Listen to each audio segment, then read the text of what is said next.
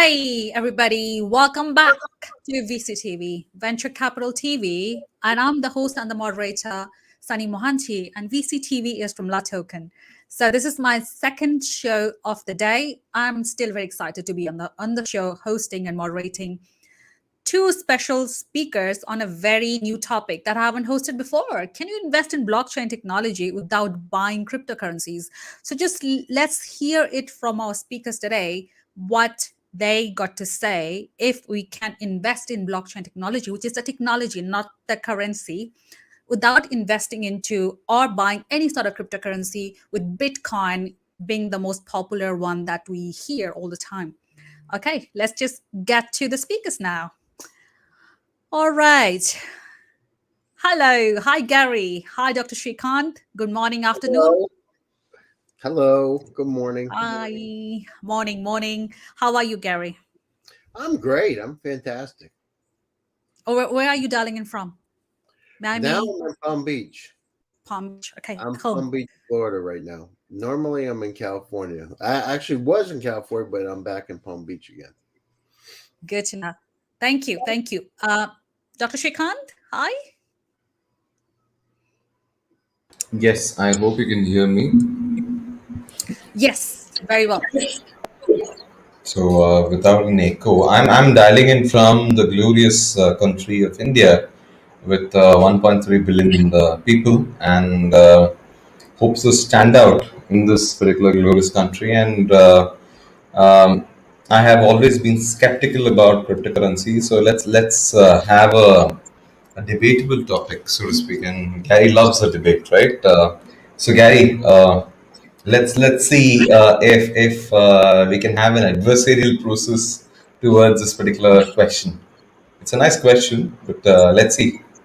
Oh, great. That's too many aspects to this. I mean, debate. I love debates. Gary, are you ready for a debate with Dr. Shrikant? Yeah, sure. I'm always ready. By the way, let me just give you a quick introduction. I'm Dr. Shrikant Patsarthi. I act as a legal counsel for various for various Forbes 500 group, and we just minted and literally minted. It's a pun, right? I mean, we literally minted 7 billionaires in India with cryptocurrency, and I do not know where they have parked their assets. So the Indian government doesn't allow you to hold cryptocurrency. So I do not know. So I'm quite skeptical about it. They have parked their money in the exchanges that are regulating that are sort of in operation in India for sure, Yeah, or but not. they can't use that. I mean, how can you withdraw it? It's like money lying idle somewhere, right? It's like $20 million just lying in some airport in Ecuador. Come and pick it up. Well, I don't know. Okay, Gary, over to you. Yeah. The audio's kind of muffled. Yeah, I mean, I don't know what's going on. It's weird. It's is like it me? I'd say, yeah, you. Can you, Dr. Shrikant? So, can you hear me? We hear you now. It goes in and out. Oh, okay. That's my speaker. That's my microphone. This thing, I guess. You look like one of those hosts on a TV show now. Okay, my name's Gary Fowler. I'm a serial entrepreneur investor. I've done 17 companies. I've been involved in 2 unicorns. I love artificial intelligence, quantum computing, and cryptocurrencies. I write a lot. I've written 161 articles. My next article is about duplicating people using artificial intelligence in a replica kind of mode. I'm the CEO, co-founder, and president of GST Get You Done Venture Studios, a premier AI and quantum venture studio located in Silicon Valley. And it's great to be here. Thank you. Thank you, Gary. Is it better? I'm just careful while I speak. Yes. Yeah, it goes in and out. It's fun. When it goes out, it goes way out. Uh-oh. Now, I'll have now to fix this. it just did it again, Sonny. Okay, let me just give 1 sec. Sorry. Let me try and fix it. It's a bit odd. Okay. No, I can't fix it while on live, but let's just carry on. Okay. I'm going to change when I ask you questions, so I just get some time to sort of take it out. Okay, is crypto? We're talking about blockchain and investments in crypto. So I just want to start with this crypto, a new asset class. With cryptocurrency prices obviously remaining extremely volatile, even as the interest in cryptos from credible investors have been rising, as we know, the legacy financial institutions, including big banks, sort of financial institutions, big investors, private investors, they have been launching and investing into new crypto products and services. So crypto is undoubtedly in the top of minds of everybody, right? So what do you think, Gary? What's your take on the future of, let's say, the most popular cryptocurrency, Bitcoin? Let's just start with that. Well, I mean, the situation is when you look at the cryptocurrencies, you got to look at what type of development is behind them. How many people do they really have developing? What kind of a support network do they have? And so, if we look at how the world has changed over the last 2 years, and how now coming into the Delta virus and now the next version of coronavirus, we need to have these kind of currencies to be able to make our lives easier, to make transactions smoother and faster. And at the same time, as a topic, can you invest in blockchain without buying crypto? Absolutely. I mean, the situation with blockchain, think about our supply chain. We couldn't even get, and it's starting to happen again, Sonny, the roll of toilet paper thing, by the Right. way. Right. So now people are stocking up on toilet paper here again. You know what I mean? I feel like Groundhog Day. But uh, the good news is I got probably 12 packs up in my garage. All right. But so we didn't have transparency. We didn't have a look into our supply chain, and we need to be able to understand. So having blockchain really gives us clarity around accountability, having insight, privacy, things that are really important to us. So it's not necessarily essential to have cryptocurrencies, but the blockchain can be used. Think about for health records. Yeah. We talk about the privacy and data security. So Yeah. there's really an evolution taking place in terms of blockchain. It's really incredible the kind of uses that we're seeing. So cryptocurrencies, absolutely. I mean, we've already taken ground with it, but there's a lot of fluff out there too. There's a lot of these cryptocurrencies that are they're just it's like Dutch tulips. They just move up and down. I think we've talked about that before with Dr. Shrikant. And at the same time, we're going to change. Our society's changing. It makes it a whole lot easier to transfer money. It makes it a whole lot Yeah. easier to be able to have access to your capital, as long as we have security. That's the next thing, to make sure that we don't get hacked. Yeah. I think security is everywhere. Traditional banking, financial institutions, fintechs, Yeah, anywhere money especially is with considered. quantum computers coming online. Yeah. You look at all the ransomware attacks since we last spoke. I mean, it's unbelievable. Companies, Colonial Energy got hacked. 46% of the energy on the east coast of the United States was shut down because of this ransomware attack. So these attacks are happening from nefarious places everywhere. And the situation is it's a dawn of a new era. We kind of come up with some new decentralized technologies to be able to take care of it. Absolutely. I've taken my microphone out. Am I clear? Yes. Okay, great. Thank you. So, Dr. Shrikant, over to you. What do you think is the future of cryptocurrencies? And let's just talk about the most popular cryptocurrency, Bitcoin. What do you think? What's the take? I mean, Gary obviously has expressed the future looks bright, but obviously there are some kind of not so bright points, like quite volatile asset class, and security obviously touches that. So what's your take?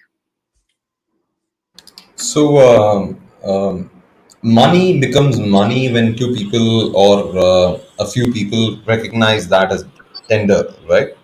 Or it's authorized by a particular government. So, look at your dollar bill. look at your currency, which is issued in your country, and it is basically a promissory note. Right? Let me bring in a legal angle over here. And what it basically says is, I promise to pay the bearer of this particular tender, or this particular holder of this particular sheet of paper, or this particular cotton, a value of 500 or $100 or $10 or $20. So on that premise, when I start, crypto basically is just a class of assets which is being created out of the whole mechanism of, I would say, money which doesn't exist in your wallet, right? So let's start from that particular premise. Now, at the moment, the transactions which have been hitting from a unified payment interface point of view globally, it's quite high. And it was quite high. I mean, you would argue that if I were to play a devil's advocate, and you would argue that a credit card is equivalent to, I mean, it's not a promissory note, right? It basically says that your credit limit is and so, and you can spend for so and so. So the reason why I'm starting with this particular limb of argument is basically that crypto, however noble that it may be, and however secure that it may be, it still does not allow people to understand the mechanics of it. And when people do not understand the mechanics of something, and which I've spoken at length with Mr. Fowler, Gary, I'm going to call you Gary. You don't have to call me Dr. Shrikant, please. I beseech upon you. When we discussed this with Gary earlier, um, is that when governments do not understand something, they obviously hate it. So that's the flip side of not. I mean, would you wrong the government for doing so? No, I wouldn't, because I find miscreants, I find perpetrators, I find illegal use of. I mean, the greater good, right? Government is about the greater good. So unless you have the government assuring and telling that, look, I am going to accept this particular money as money, and this is going to be money as per the blah blah blah act, and uh, it is going to be I mean, it is going to be $100 bill is going to be $100 bill. So imagine a situation, hypothetical, albeit not so irrational situation. Imagine a situation where you have loaded your UPI, right, your wallet, and suddenly what happens is you've got your crypto wallet, and what happens is you've loaded your wallet by, say, $100, and tomorrow you check back the wallet and that $100 is gone and it becomes $50. Imagine the surprise that you will have, and imagine the equivalent surprise that you will have if that $100 becomes $200 tomorrow. That is the fundamental basis where the governments disagree with crypto, right? I do not see that as a primary source of transacting money, primarily because of the fact that there is so much volatility in it. I hope Well, I don't know if it sounds rational, yeah. but your $500 bill or your $100 bill is going to stay $100. It's not going to go one at one or $99, right? I mean, that I Well, find a the little point, oh, volatile. sorry, Dr. Srikanth, let me just interrupt you a bit. When the $100 worth of crypto, be it a US Tether, or be it a Bitcoin, or any of the popular ones, stays in my wallet offline, that doesn't fluctuate. Only when it goes into an investment account, like a trading account. I have they have different sort of accounts where I put my money in, I liquidate, I pour my liquidity in, right? I have different sort of spot wallets and main wallet and blah blah where I trade. I just that's where the fluctuation volatility comes into play. But I just See that see as the question is, I mean, I'm not arguing on that particular point, Sunny. What I'm trying to say over here is, if you want to be the last mile crypto, if you want to pay your Walmart with for a gallon of milk with crypto, you have to have some kind of wallet, and that wallet will basically disburse 0.00001 bitcoins out to get a gallon of milk. And we discussed this earlier. And imagine if you have to spend more than 0.00001 bitcoins to get the same gallon of milk. Imagine the inflation, and the economists maybe will be going bonkers. So the answer to that is stablecoin, a tether. Okay, can I come back to that? Gary, maybe just getting the okay. So again, so do we think Bitcoin? Let's just bring back our focus to Bitcoin. Do you think Bitcoin is going to be transformative in the payment sector, or is it a store of value, a digital sort of gold? What's the value proposition of Bitcoin? Is it like a use case in the payments, or is it a gold but a digital gold? What's your what's the value proposition, Gary? What do you think? Well, first of all, I think it's everything's going to change, Sonny. I think that there's another realm, another level that's going to come out. I just wrote an article in Forbes 2 days ago, Okay. and we're looking at. I think So from my standpoint, think about our lives today. You use Google, you use Facebook, you use LinkedIn, but they're using your data, right, for Yeah. all kinds of different ways. What I believe is that the next level of our lives is going to be the value of who Sunny Mohante is, Okay. and how much value your data has, and yet you own that value. So what I see is really the next level of this, and that's some of the things that we're working on today, is like a tempest. And so to be able to go out and have that value and really tokenize it.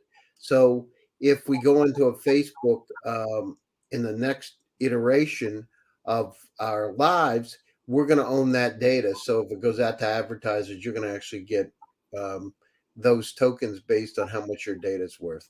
And it's going to start to be able to be bartered and transferable in all kinds of different ways, much like airline miles are today, except imagine an entire system set up like that. So I see that the next level is really how can we do that to streamline our lives, and that value can be spread universally in different ways. And we're actually, I'm working on building some of those things today because it's very interesting for me.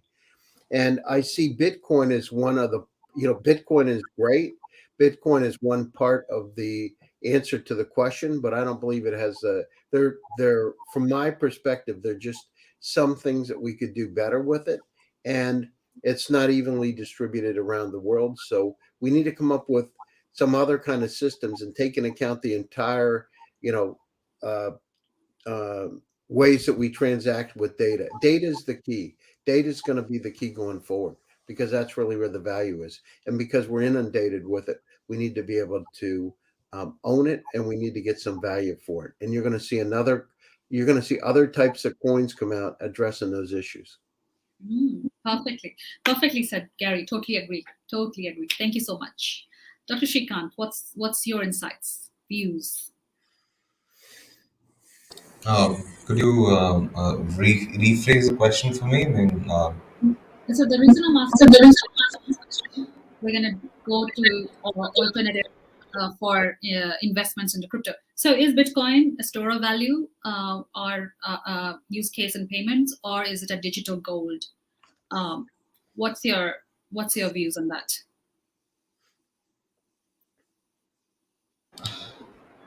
yeah, I don't know. It can swing. It's one of those things that can swing two ways, right? I mean, there's no, there's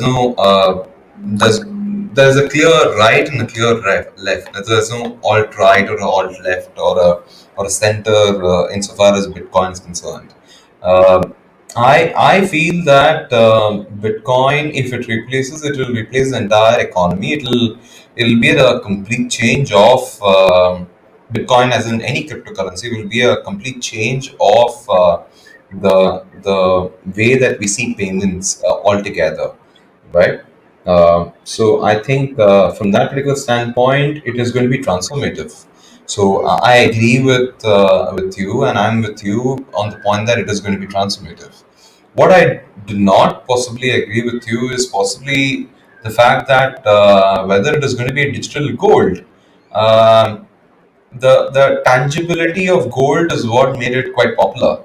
And if you look at the the history of US and how we found oil. I mean, there's a very famous book called Oil, and there was a particular movie called There Will Be Blood, which is based on that particular book, which is the liquid gold, right? The oil was liquid gold. So from that particular standpoint, I see that as an asset class which will be the future. I do not know, primarily because of the fact that I am unaware of how much it has penetrated the let me put it this way, the white market. It is still there in the black market, as in it still exists in, we're on a live show, and it still exists in domains which are illegal. And cryptocurrency definitely exists. The activities which are illegal, where you can't trace it and you can't put it on a particular person as such. But let me What point about your attention cash? to. What about cash? If cash is used for illegal purpose, can you trace it?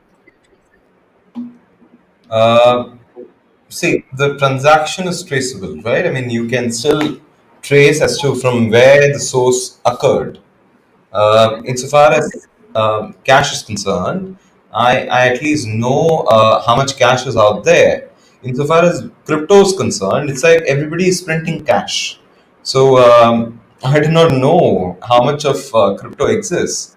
So if I do not have a control over what is out there, so how do I control an inflation? That's why I said the economists, the Raghuram Rajans and your IMF economists are going to be uh, are going to be.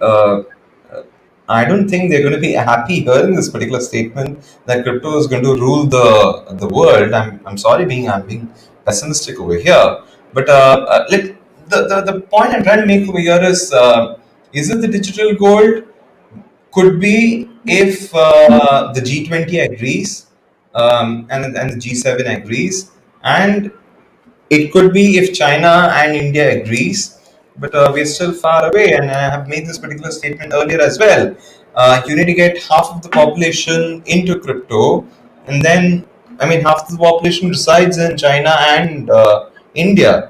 So if you have got them in crypto, then you have basically covered the population perspective, right? So closing my thought without going on a tangent, closing my thought is that I do not see crypto adoption being a substantial adoption coming in from any banks or any financial institutions, primarily because of the fact that they're afraid that they will. Um, it will derail the economy primarily, and already haven't we seen enough of derailment with all this geopolitical issues and with COVID and other issues, and there's not a headache that they want to carry, in my opinion. Yeah. I mean, if I were the government, I wouldn't. If I were the finance minister, I wouldn't want this particular headache. But was it gold so highly volatile before it matured into an institutional asset class? Gold as an asset class, I could. It's a. I know exactly how much of output is there. I know exactly. I mean, there used to be currencies which used to be linked to gold, right? And we have moved away from that. So the traditional psychology of linking a currency to, I mean, then again, if Bitcoin becomes or any crypto becomes legal, then you're going to be having a currency which is going to be linked to crypto, and we're going to be keeping on mining crypto unless we run out of crypto. In gold, I know exactly when I'm going to run out of, or in oil, I know exactly when I'm going to run out of. In crypto, I don't know. So that's my apprehension because of the fact that I do not know how much of utility and demand. Now I'm going to don my economist hat. and how much of utility and demand is there. So the curve goes in a spin, right? Right. Thank you. Thank you, Dr. Shrikant and Gary. So, okay, we've spoken a lot about Bitcoin. Let's just talk about how to invest in Bitcoin by not directly investing into Bitcoin. What are the different indirect investments alternatives are there for a safer crypto bets? For instance, I want to invest into crypto, but I don't want to directly invest into a Bitcoin or a Ethereum or a Dogecoin or a meme coin, but I still want to hold some of that asset class in a different form, which is much more stable, less volatile, much more safer and secure. Gary. Well, I mean, if you want it more secure, then you shouldn't be investing to begin with, right? It's probably, Right. listen, it's volatile. There's no question about it. It's going to go up and down and in and out. It goes up to 65, down to 30. It's not this is like Bill and Ted's Excellent Adventure. It's a moving target, Mr. Toad's Wild Ride. So one of the ways you can do it is by some type of index funds that go across a lot of different cryptocurrencies, so that you're taking a bit of that risk out and hoping that because if you got 1,000 cryptocurrencies, there's some in there that just aren't good. Yeah. Again, the best way to look at it, when you talk to some of the wealthiest folks that have crypto, one of the things they look at is how many developers are behind that cryptocurrency. And if you Yeah. look at Ethereum, there are a lot of developers behind it. And really, what is it for? So I would look at that. And if you look at some of the other coins, the lesser coins, they have very few. So use that as one of the guides. Get into an index fund. But if you're nervous about it, don't get into crypto. If you don't like shifts, you can't be looking at it every second going into your Coinbase account. It'll drive you crazy. You got to let it go. It's like Indiana Jones, the next to the last movie, just let it go and don't be looking at it all the time. Indiana Jones. It's going to be volatile for some time until whenever you have a new technology, whenever you have something new, there's a lot of volatility in the beginning until things get sorted out. Eventually, there'll be some of the main cryptocurrencies, and we'll start to see that happen as it's happening now with Bitcoin and Ethereum.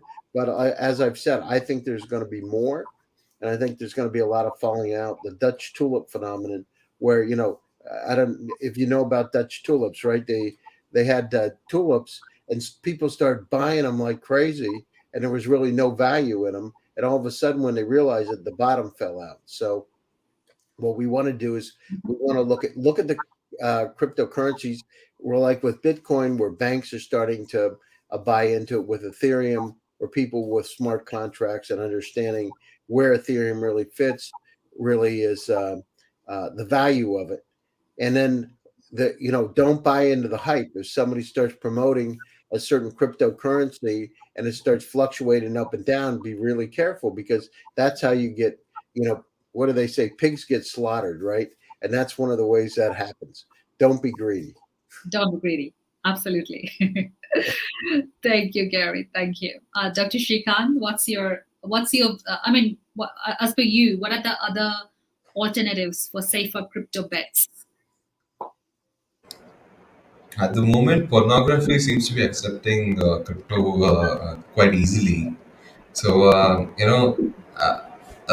the prominent pornography sites have almost have registered 4 times their site access or site views, and premium subscriptions have apparently started, is what I read in the news, and they are accepting crypto as a means of payment. um, Pornography is going to exist. I mean, pornography is still legal. It may be legal in certain territories or certain jurisdictions, but I don't know. I mean, to on a lighter vein, I would heavily invest in a company which is focused on pornography, possibly. So the better way to Right now, we know your investment strategy. So I know where Dr. Shrikant is investing his money, basically, be it cash, fiat or crypto, right? I would obviously you No, have no, to. no, I'm not investing. So please be mindful of the flags behind me. I'm not investing. I'm just saying that the alternative route is, for Okay. somebody to make an investment would be a suggested way would be, it's not legal. I mean, I would say, if you're hell bent on using crypto, go to pornography, go to one of those sites and Yeah, there are a lot of use it. startups in this space. I have seen because obviously at an we obviously at an You've extreme seen startups or investing you've seen pornography? projects. Sorry. You've seen startups or you've seen pornography? I mean, what have you So seen? startups, I've seen many startups who are in that space using crypto as a mode of payment. Hello. What's funny about it? Gary, I don't know. Uh, you're going in and out, Sonny. You're going in and out again. Okay, can you hear me now? It's going in. It comes in and out. It echoes really bad. I think Dr. Shrikant put himself on mute. So can you hear me? Yeah, yeah. Now I hear you. Yeah, I think it was going for so I don't know what was happening, but it's Okay. gone now. I can hear you clearly, Gary. Okay. Okay. Okay. So my next question is, let's just talk about a little bit of the investors, right? I mean, we're talking about obviously this is how can you invest into blockchain, which is a technology, without investing into cryptocurrencies. Let's just start with a bird's eye view of digital asset investor base. How has it evolved, Gary? How has the digital asset investor base involved, or how does blockchain Yes. involved, or what? So digital asset investor base, how has it evolved? Well, I mean, the situation it's evolved because people, we've gone through the educational phase. People see how much. I mean, when you get Bitcoin going from 8,000 to I don't know what it is today, 40,000, 60. There's so much visibility. You got Elon Musk talking about uh, Bitcoin and Ethereum and Dogecoin. That's a funny name though, Doge. I don't know. It's like somebody came up with a joke. You know what I mean? Because I don't know, something's dodgy. But anyhow, but there's a lot of visibility. People understand it. We're now starting to see it come into the mainstream. So the investor base has started to become more mainstream now, and so now you're seeing the evolution because it's gone from purported nefarious characters the people are actually starting to use it and transfer money. And I mean, I do it too, right? So now I'm transferring money around, and the only reason to do it is because it's a whole lot easier. I mean, it's Yeah. kind of like I had somebody that owed me money. One of the companies had to pay me recently, and the situation is I got them on the line and they did the payment like on the spot. I realized it in the account. I don't know, 5 minutes later. And so just a whole lot easier. I didn't go after through the rigmarole. I got it. Everything was taken care of and done for our accounting, et cetera. So it's easy use. Once people start to understand, so in terms of the investor base, they're the educational phase, they're going through that, they're understanding they can invest. But it's for a normal investor, you got to make sure that you have only a portion of your money allocated to it because it is so volatile today, and you can't be careful about throwing too much big of a percentage of your investment in there because you don't want to be, if you haven't done it before, it's going to be a wild ride, right? It's not like some I don't want to say stable, but it's extremely volatile, so you just have to buy into that and close your eyes. Absolutely. I think totally right on those points, Gary. Thank you so much. Dr. Shrikant? No, from a future perspective, I don't know. I mean, if there exists a future, either see, I am let's be pragmatic over here. if crypto had to die, it would have been dead by now. Since it is not, then I think there exists something in it which is making it not die. So possibly what we'll see in the future is just an evolution of crypto in various formats, and possibly in something which could um, come to terms with the economic parameters, that it will not reshuffle, or it will not I would say rebalance, so to speak, right? And the world is bothered more about the economic balance, and we are still talking about economically poor countries, the weak countries, and then we have the high GDP countries, and so on and so forth. So I think when the balance has been struck, I think crypto has a market. I think for that, crypto miners and crypto asset dealers have to keep in mind that it is quite a risky proposition, and since it's a risky proposition, they need to come to terms with the governments or I would say regulatory bodies per se, to ensure that it stays as an asset class. So I think there's a bit of lobbying that needs to be done, lobbying in a good sense that needs to be done for crypto. I mean, otherwise it will be as short term as it exists right now. I mean, that is the worst thing that can happen, right? uh, the more the short term, the more the IRRs, the more riskier it gets. So for it to be a stable asset class, I think it needs to have the buy-in from various regulatory bodies. So beyond the ease of access and considerations, what are some of the security and custodial challenges the institutions are facing when transacting in this crypto space today, and how are these going to evolve? Can I go Gary, first? sorry. Can I go first on Yeah, that? sure, Sure. go ahead. The reason why I wanted to go first, Gary, is that I have very simple answer for it. Insofar as the custodian relationship is concerned, the custodians themselves, they don't know how to take custody of it. So I don't know if that education or that knowledge has been quite democratized. Now, if you hand me a $500 or $100 bill, or you pay me a certain amount which hits my bank account, I know how to secure it, or I know how to protect it. Uh, when it comes to Bitcoin, I rely on the custodian to actually protect it, and the custodian somewhere makes a legal, I mean, somewhere makes a error.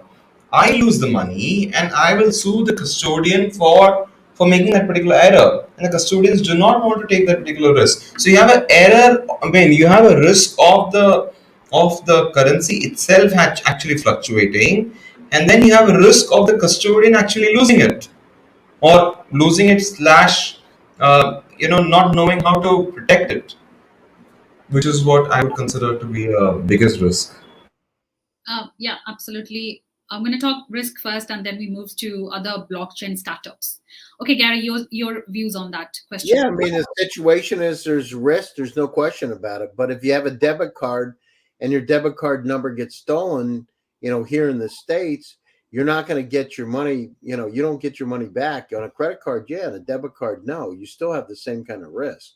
So the situation, and if you have money in your wallet and you lose your wallet, you lose your wallet. So the situation is, the challenge is we need to be aware that there are cybersecurity risks whenever you have any kind of currency that's online, because of all the scams that are out there now. I mean, yesterday, well, there's a lot.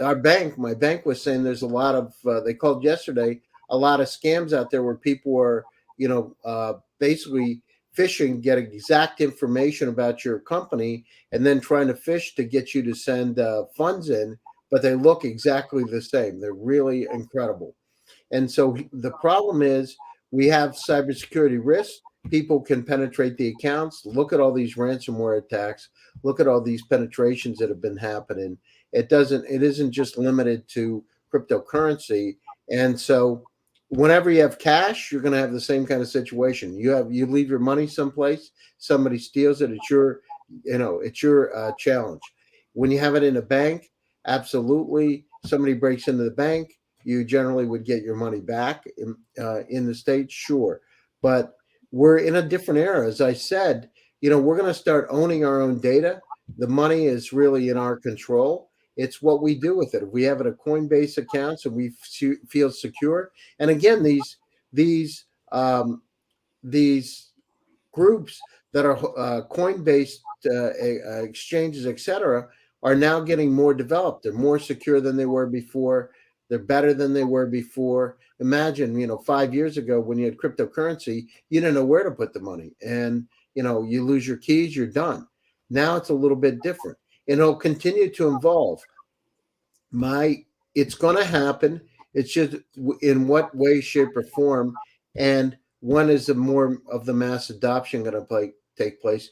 And I believe it's happening now. Is it going to be blockchain or Ethereum? Remains to be seen. I think there's going to be uh, other interesting cryptocurrencies come out to be able to replace it. And again, it's you got India, you got China, but remember, there's 1.3 billion people in Africa, and it's Yeah. one of the under 30 population that's growing and a lot of resources. So the world is changing. The population of planet's going to go from 8 billion to 13 billion by the end of this century, and so we're going to need to be able to exchange more freely. Remember, intellectual capacity is evenly spread around the world, but opportunities aren't. We need to democratize those opportunities, and cryptocurrency is one of the ways to do it, to make it easier for them. Absolutely. Thank you, Gary and Dr. Shrikant, talking about cryptocurrencies. Let's just shift our focus towards the blockchain startups. So, what are some of the promising areas that we see that blockchain as a technology is going to be very useful, helpful, beneficial uh, as compared to the traditional way of doing business? And are you looking to any potential blockchain startup in the space, minus the cryptocurrency element, to invest into? Gary, you can take that. Yeah, absolutely. I'm always looking for those startups. Startups that are, as I said, supply chain's really interesting because we've gotten creamed during this pandemic. We understand that we didn't have insight in the supply chain. Having a ledger to understand what's actually happening and how to be able to course correct is important. Healthcare, smart contracts, privacy and security is really important. So blockchain and those kind of areas. I mean, blockchain, whenever you need accountability, whenever you have a wide group that you need to be able to access, that's when blockchain becomes really interesting. In banking opportunities all through banking in terms of contracts, real estate. Think about when you're doing a real estate transaction on a global basis, having the blockchain and these smart contracts to be able to pull triggers. Money gets contract gets signed, money gets sent. I mean, it streamlines processes. We're in again a dawn of a new era with that too, because now we're starting to see these wider applications of the blockchain in all kinds of different areas, because it makes it easier and it makes it safer. Today, it's going to be obsolete though with quantum computers. By the way, when quantum computers come online, we're going to have some challenges because it's going to be able to break the blockchain. In fact, as early as 2022, quantum computers could crack Bitcoin between 2022 and 2027. Wow. Awesome. Thank you, Gary, for sharing those insights. Next, let's just move on to Dr. Shrikant. Are you also looking to sort of potential startups in the blockchain space using that technology to invest or advise your clients to invest into? So this is like what we used to do in In sales optimization, we used to do something called we used to hear something called black hat and white hatting. So I think startups which are white hatting the blockchain space and using it for a good purpose and using it for the purpose of securing certain or able to ascertain the end trail of a particular transaction. For example, the biggest uh, funder of a startup, which can give you absolute transparency of the entire process of where your money has originated and where it has been spent, would be the government. The government would want to know because it wants to tax it. Look at it from a stakeholder's perspective. The government is the most I would say interested party in this particular chain of events, because the fact that the government wants to know exactly where you're spending and how you're spending, and what's the source of income, and so that they can find out intelligence units by, I mean, there's something called a financial intelligence unit to find out where your money originated and to curb the black money in the market, right? So that the cash is not out there. So I think the startups which are right now, if they are ethical and they are white hatting the blockchain process, so that the job of the government becomes a little easier to track money per se, would be the startup that would be the billion-dollar startups of the future. Okay, right. I just want to ask because obviously government from government I remember this thing. So I just want to ask last question before we wrap up the show today. How do regulators uh, how are regulators treating crypto assets today? Are they treating as securities or commodities, currencies, or something else? Are you asking me, Sonny, or are you asking? I Anyone, mean, Gary? the situation is, I think it remains to be seen. I think it's, they're not treating it as a currency because, from my perspective, uh, so if you've got your money in your crypto, I mean, in one sense, you can make a lot of money in cryptocurrencies, right? You invest in a Bitcoin at 20,000, it goes up to 40. All of a sudden, you're making money. So it's almost like you have a trading account. At the same time, the amount of money that they charge when you're going down through some of these exchanges, the percent that they charge is atrocious, right? They're not on. They have this high charge, and then um, so we've got to somehow come in line with some of these charges that are out there with the exchanges. I think it remains to be seen. I think they look at them primarily as a currency, but in some sense they're looking at them as securities too. It has to be defined. We have not all the laws are in place. Gensler, who's now in the U.S., happens to be one of the top experts in crypto, is going to give us some more insight. So it's evolving. The good news is that it's a way for businesses to transact smoother, and they realize that. The other side is, how do you control it and understand it? And, you'd be surprised, I believe, Sonny, when you figure out how much the government really does know about where your cryptocurrencies are. It's not like it's like you think. It's not like, oh, I'm going to move this around. They really do know, really know, Okay.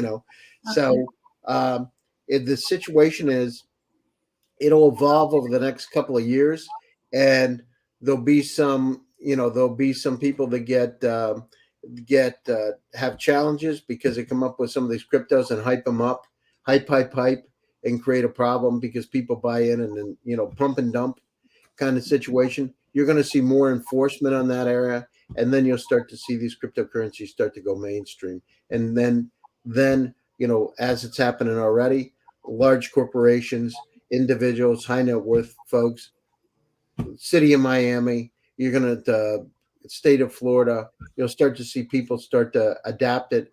And as Miami's doing, use it in different ways, right? Payments in Bitcoin, etc. And it's happening. It's going to take a bit longer. The systems have to be put in place. Absolutely. Very bullish about it as well. Thank you so much, Gary. Dr. Shrikant.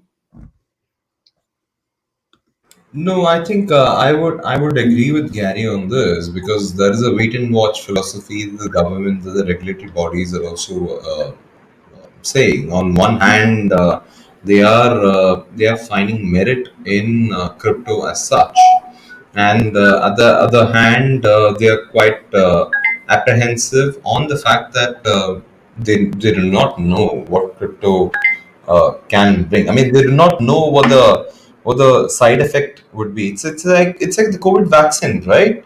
I mean, don't you think we vaccinate ourselves? Do we know what side effect that the vaccine is going to give? So, from that particular perspective, I think the regulatory bodies are going to be a little more, slightly more toned down and pessimistic about crypto as compared to other fiat. So I think it will take a long time for regulatory bodies to actually adopt, unless some minor somewhere is, or Elon Musk is basically reaching out to these regulatory bodies and saying that, look, I give you the comfort and I'll give you a guarantee of my whatever $1 billion that I have against this particular crypto. Wow. Okay, cool. Thank you so much for sharing your views and I mean, the crypto getting sort of nice comparison into COVID vaccination. Yes. Thank you, Dr. Shikant and Gary, for your sharing your views today about this topic. It's a new topic for this month, and we're gonna discuss this topic with more speakers as well this month. So yeah, I'm gonna have more insights. So I had great fun. I hope you too had great fun as well. It was a three people panel today. So just wrap up the show with some good, closing remarks. Gary, over to you. Yeah. No, this is a great time. Our world is changing. Africa's rising. Democratization of opportunities. The pandemic has really helped us to be able to digitally transform. I'm excited, encouraged about it, and don't look inward, look outward. There's opportunities out there for startups and investors. Look around the world, look globally. Um, and sometimes you'll find them. I found AI companies and parts of Africa that I never thought I would find them in incredible companies. So look out there. That's part. It's like as I said, Indiana Jones mentality. Go out there and explore. You can reach me, Gary Fowler, on LinkedIn or Twitter. Check out my shows. I'm on iHeartRadio. I'm all over now on things, but it'd be great. Go out there and stay happy, stay positive, and keep smiling. Thank you. Thank you so much, Gary. Awesome. Let's hear from Dr. Shrikant. Closing thoughts before we wrap up the show. No, I continue. So whatever pessimism that I showed about crypto, I think we can keep that aside, and I end it with an optimistic note that uh, maybe my son would be using crypto at some point, and maybe crypto and the regulators meet somewhere at a middle path, and are able to settle their issues together.